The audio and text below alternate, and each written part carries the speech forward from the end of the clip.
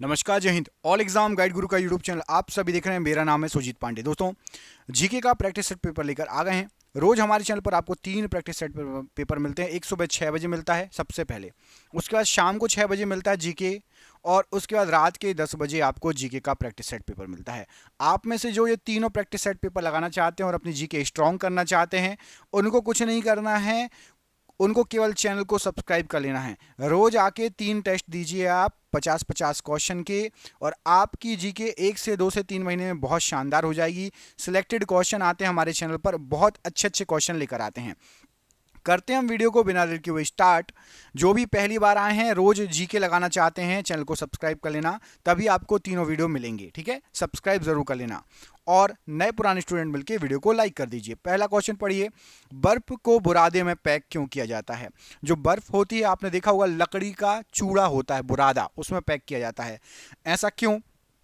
तो उसका रीजन ये होता है कि जो बुरादा है ना, ये लकड़ी, बुरादा या लकड़ी ऊष्मा की कुचालक होती है, तो बर्फ को जल्दी पिघलने नहीं देती। बुरादा या लकड़ी ऊष्मा की कुचालक होती है। ऑप्शन नंबर यहां पर बी राइट आंसर हो जाएगा इस प्रश्न के लिए। क्वेश्चन नंबर 2 देखिए कि आर.एन. मल्होत्रा समिति ने किस क्षेत्र से संबंधित सुधारों के लिए रिपोर्ट प्रस्तुत की? ऑप्शन है उद्योग, कर सुधार, बीमा क्षेत्र या फिर बैंकिंग। तो आर.एन. मल्होत्रा जो समिति थी, ये आपकी बीमा क्षेत्र से संबंधित समिति है। ऑप्शन नंबर यहां पर सी, बीमा क्षेत्र से संबंधित समिति है आर.एन. मल्होत्रा समिति। अगला क्वेश्चन देखिए, इसमें पूछा गया है कि सेल्सियस पैमाने पर 0 डिग्री सेल्सियस फ़ारेनहाइट स्केल के कितने डिग्री के बराबर होगा? 0 डिग्री सेल्सियस कितने फ़ारेनहाइट के बराबर होगा? सिंपल सा क्वेश्चन है। 5 degree Fahrenheit, 10 degree Fahrenheit, 32 degree Fahrenheit या 212 डिग्री फ़ारेनहाइट? तो 0 डिग्री सेल्सियस बराबर 32 डिग्री फ़ारेनहाइट। ऑप्शन नंबर यहां पर सी राइट आंसर है। टिक लगा लो, सबका सही गया होगा, जिसका नहीं गया पढ़ लो, बहुत कमजोर है मतलब आपकी जीके। आइरिस का क्या काम होता है?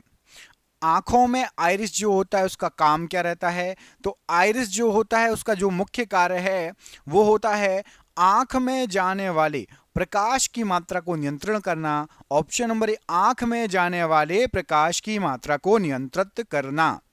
याद रहेगा ऑप्शन नंबर ए, आइरिस याद रखना। क्वेश्चन नंबर 5 में आपसे पूछा गया कि भारत के रेल मंत्रालय की बुलेट ट्रेन चलाने की योजना कहां कहां के बीच में है? आपको पता होगा बुलेट ट्रेन चलने वाली है, उसके लिए काम स्टार्ट हो चुका है। कोरोना के कारण कुछ काम डिले हो गया था। जल्द से जल्द बुलेट ट्रेन, पहली बुलेट ट्रेन चलने वाली है, और वो कहां कहां के बीच में चलने वाली है? तो ये चलेगी आपकी मुंबई से अहमदाबाद के बीच। तो यहां पर आपका ऑप्शन नंबर ए राइट आंसर हो जाएगा। मुंबई से अहमदाबाद के बीच बुलेट ट्रेन चलने वाली है। याद रहेगा, इंपॉर्टेंट क्वेश्चन, स्टार लगा लेना। अगले क्वेश्चन में पूछा गया कि विद्युत ऊर्जा को यांत्रिक ऊर्जा में किसके द्वारा बदला जाता है? मतलब करंट दो और चीज गोल गोल घूमने लगी, तो विद्युत ऊर्जा मतलब करंट और घूमना, यांत्रिक ऊर्जा हो जाएगी। विद्युत मोटर का कार्य होता है। मोटर क्या करती है? जैसे ही आप उसको प्लग लगाएंगे तो वो घूमने लगेगी, उसके साथ चाहे आप पानी की मोटर जोड़ दो, चाहे कुछ भी जोड़ दो, वो घूमने लगेगी। ऑप्शन नंबर सी, विद्युत मोटर राइट आंसर है प्रश्न के लिए। अगले क्वेश्चन में पूछा गया है कि सिंधु घाटी की सभ्यता में घोड़े के अवशेष कहां से मिले हैं? ऑप्शन दिया है आपको सुरकोटरा, बनावली, लोथल या कालीबंगा।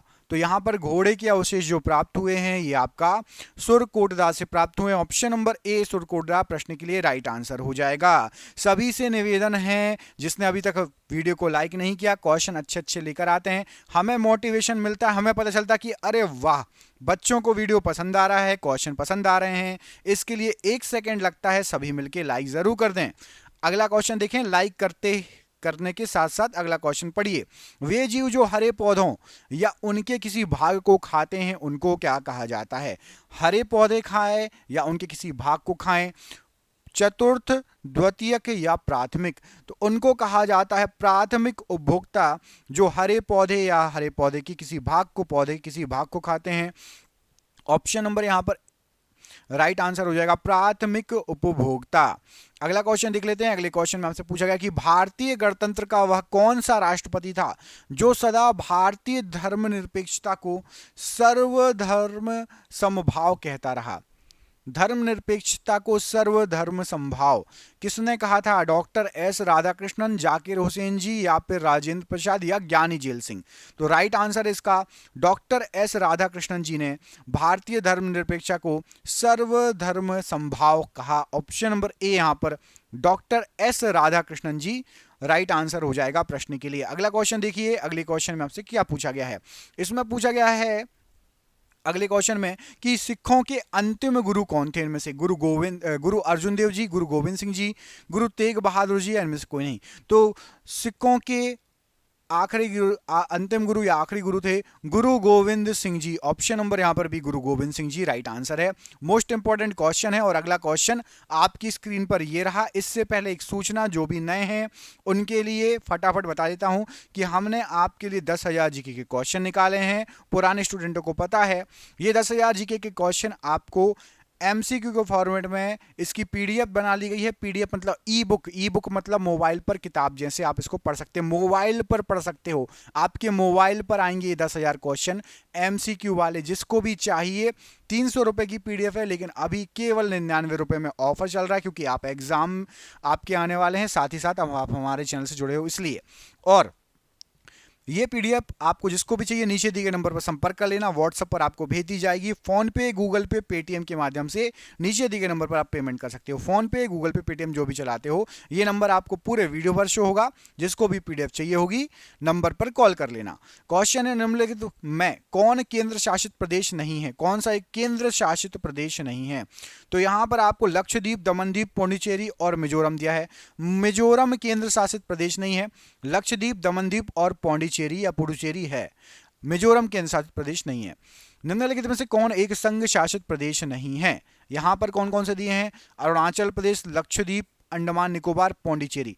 अरुणाचल प्रदेश एक राज्य है, यह केंद्र शासित प्रदेश नहीं है। ऑप्शन नंबर ए अरुणाचल प्रदेश राइट आंसर हो जाएगा। अच्छा, कमेंट करके बताओ भारत के किस तरफ स्थित है अरुणाचल प्रदेश? पूरब, पश्चिम, उत्तर, दक्षिण? भारत के पूर्व तरफ पड़ता है, भारत के पश्चिम तरफ पड़ता है, उत्तर तरफ या दक्षिण तरफ? चलो दो ऑप्शन दे रहा हूं मैं आपको। भारत के दक्षिण में है या भारत के पूर्व में है? कमेंट करके बताओ। अरुणाचल प्रदेश भारत के पूर्व तरफ है या भारत के दक्षिण तरफ? जिसको मैप याद होगा दिमाग में अच्छे से, भारत का नक्शा उसको पता होगा, कमेंट करके बता दो। किसने ग्रामीण जाटों को एक सैनिक शक्ति के रूप में संगठित किया था? तो ग्रामीण जाटों को एक सैनिक शक्ति के रूप में संगठित किया था चूड़ामन या चूड़ामणि ने। ऑप्शन नंबर यहां पर सी राइट आंसर है प्रश्न के लिए। कवि बाणभट्ट निवासी थे कहां के? तो कवि बाणभट्ट जी जो थे ये आपके थानेश्वर के निवासी थे। ऑप्शन नंबर बी थानेश्वर के निवासी थे कवि बाणभट्ट जी।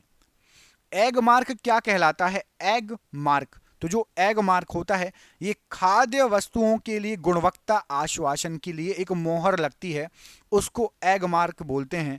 ऑप्शन नंबर सी खाद्य वस्तुओं की गुणवत्ता आश्वासन के लिए लगी हुई मोहर एग मार्क। स्वतंत्र भारत का अंतिम गवर्नर जनरल कौन था? आखिरी, तो स्वतंत्र भारत के आखिरी गवर्नर जनरल थे आपके C Rajagopalachari ji. Option number A C Rajagopalachari ji right answer है। वर्ष 1857 के विद्रोह के निम्न नेताओं में से किसने सबसे पहले बलिदान दिया था? तो 1857 के जो नेताओं में से सबसे पहले जो बलिदान दिया गया था वो मंगल पांडे जी के द्वारा दिया गया था। Option number D Mangal Pandey ji right answer है। शिवाजी ने मुगलों को किस संधि के द्वारा किलों को हस्तांतरित किया था? तो शिवाजी ने मुगलों को पुरंदर की संधि के द्वारा किलों को हस्तांतरित किया था। छत्रपति शिवाजी महाराज, पुरंदर की संधि। ऑप्शन नंबर सी यहां पर राइट आंसर है। निम्नलिखित में से कौन सा कार्बन का एक रूप नहीं है? कार्बन का एक रूप नहीं है, तो यहां पर आपको जो ऑप्शन दिए काजल भी है, हेमेटाइट, ऑप्शन नंबर बी में हेमेटाइट लिखा है, ये काजल का रूप नहीं है। बाकी ग्रेफाइट भी है और चारकोल भी है। हेमेटाइट काजल का रूप नहीं है। इस प्रश्न का आंसर याद रखिएगा। अगला क्वेश्चन देख लें। अगला क्वेश्चन में पूछा गया है वायु के सापेक्ष आर्द्रता का मापन एवं रिकॉर्ड करने वाला यंत्र कौन सा है? तो वायु की सापेक्ष आर्द्रता मापन एवं रिकॉर्ड करने वाला यंत्र है आपका hygrometer. Option number B hygrometer right answer है। ऑर्निथोलॉजी में किसका अध्ययन किया जाता है? तो जो ऑर्निथोलॉजी है इसमें अध्ययन किया जाता है, यहाँ पर ऑप्शन दिए गए हैं आपको, पक्षी, स्तनधारी, चमगादड़ या मछली। तो पक्षियों का अध्ययन किया जाता है ऑर्निथोलॉजी में। ऑप्शन नंबर ए, पक्षियों का अध्ययन राइट आंसर है। निम्नलिखित में से कौन सा जैव निम्नीकरणीय है? कागज, डीडीटी, एल्यूमिनियम या प्लास्टिक? तो जैव निम्नीकरणीय डीडीटी, एल्यूमिनियम, प्लास्टिक नहीं है, कागज है जैव निम्नीकरणीय। ऑप्शन नंबर ए, कागज राइट आंसर है। कोशिका में प्रोटीन संश्लेषण कहां पर होता है? तो कोशिका में प्रोटीन संश्लेषण जो होता है कोशिका भित्ति में होता है। ऑप्शन नंबर बी, कोशिका भित्ति में प्रोटीन संश्लेषण होता है। याद रखिएगा, option number B right answer है। वायु प्रदूषकों का विश्वसनीय संकेतक क्या है? बताइए। वायु प्रदूषकों का विश्वसनीय संकेतक, बहुत इंपॉर्टेंट क्वेश्चन, सबसे पहले तो स्टार लगा लो, कई बार एग्जाम में है। लाइकेन तथा मॉस, लाइकेन तथा मॉस ये वायु प्रदूषकों का विश्वसनीय संकेतक है। ऑप्शन नंबर सी। चिपको आंदोलन मुख्यतः किसके विरुद्ध किया गया था? जल प्रदूषण, वन कटाई, ध्वनि प्रदूषण या इनमें से कोई नहीं? तो चिपको आंदोलन वन कटाई को रोकने के लिए किया गया था। ऑप्शन नंबर बी, वन कटाई को रोकने के लिए चिपको आंदोलन किया गया था। निम्नलिखित में से किस कोशिका अंगक से लाइसोसोम बनता है? तो लाइसोसोम जो बनेगा केंद्रक, गोल्जी काय और राइबोसोम में से लाइसोसोम बनता है गोल्जी काय से। किससे? ऑप्शन नंबर बी, गोल्जी काय। ऑप्शन नंबर बी यहां पर राइट आंसर हो जाएगा। सन 1959 में कृत्रिम रूप से डीएनए को संश्लेषित करने के लिए नोबेल पुरस्कार किसको मिला था? तो सन 1959 में आर्थर कॉनबर्ग, ऑप्शन नंबर बी, इनको कृत्रिम रूप से डीएनए को संश्लेषित करने के लिए नोबेल पुरस्कार से सम्मानित किया गया था। ऑप्शन नंबर बी यहां पर राइट आंसर है। अगले क्वेश्चन पूछा गया कि जिस रूप में पौधे नाइट्रोजन प्राप्त करते हैं वह रूप क्या है? तो जिस रूप में पौधे नाइट्रोजन प्राप्त करते हैं वो है आपका नाइट्रेट। ऑप्शन नंबर बी, पौधे नाइट्रोजन नाइट्रेट के रूप में प्राप्त करते हैं। ऑप्शन नंबर यहां पर बी राइट आंसर है। हल्दी चूर्ण पौधे के किस भाग से प्राप्त होता है? तो हल्दी जो है, हल्दी क्या होता है? हल्दी होता है शुष्क प्रकंद। ऑप्शन नंबर बी, शुष्क प्रकंद होता है हल्दी पौधे का। कौन सा भाग? शुष्क प्रकंद। Option number B. प्याज में खाद्य भाग बताइए, पत्ता, जड़, तना या पुष्प? तो प्याज का खाने योग्य भाग है तना। ऑप्शन नंबर सी, तना प्रश्न के लिए राइट आंसर हो जाएगा। दही जमाने में निम्नलिखित में से किस सूक्ष्म जीव का प्रयोग किया जाता है? तो दही को जमाने के लिए यहां पर आपको जो ऑप्शन दिए गए हैं लैक्टोबेसिलस का यूज होता है। ऑप्शन नंबर बी, लैक्टोबेसिलस का यूज होता है दही जमाने में। ऑप्शन नंबर यहां पर बी राइट आंसर है प्रश्न के लिए। अगला क्वेश्चन देखिए, एक सर्पिल जीवाणु को क्या कहा जाता है? सर्पिल जीवाणु को क्या कहा जाता है? तो सर्पाकार जीवाणु जो रहता है उसको स्पाइरिलम कहा जाता है। ऑप्शन नंबर डी में पढ़िए, स्पाइरिलम लिखा है, तो सर्पिल जीवाणु को स्पाइरिलम कहा जाता है। Option number D.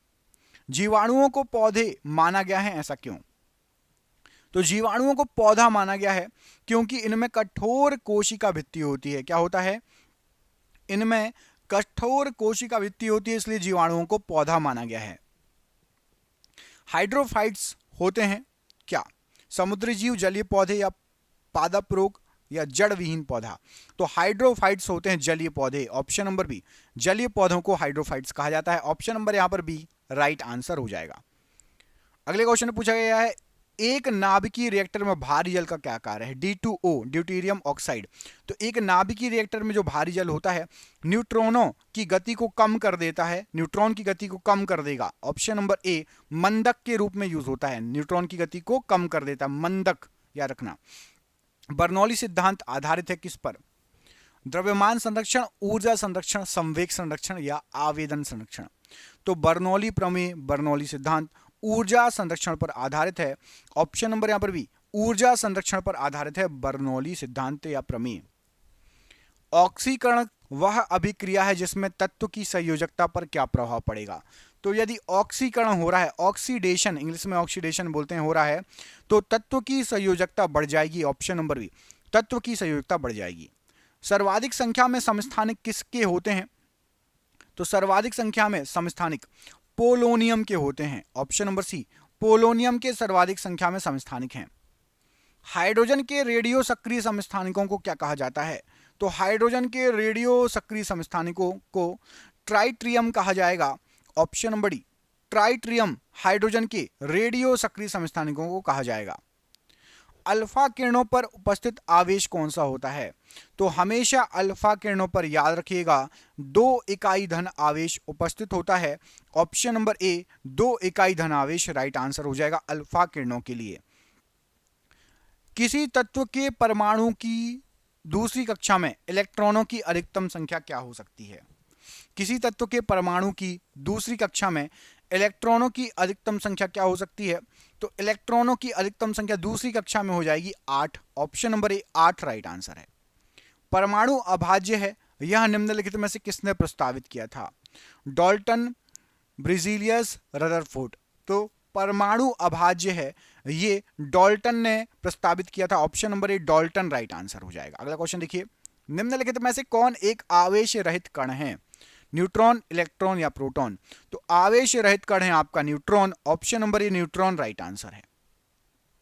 विकिरण की कण प्रकृति की पुष्टि किससे की जाती है? तो विकिरण की कण प्रकृति की जो पुष्टि होती है ये प्रकाश विद्युत के प्रभाव से की जाती है। ऑप्शन नंबर ए प्रकाश विद्युत का प्रभाव राइट आंसर है प्रश्न के लिए। निम्नलिखित प्रकार के कांचों में से कौन सा एक पराबैंगनी किरणों का विच्छेदन करता है? पराबैंगनी किरणों का विच्छेदन, तो राइट आंसर हो जाएगा सोडा, पायरेक्स, जेनाय और क्रुक्स में से क्रुक्स कांच ये पराबैंगनी किरणों का विच्छेदन करता है। Option number D. मानव की सामान्य स्वस्थ आंख के लिए स्पष्ट दृष्टि के लिए न्यूनतम दूरी कितनी होती है?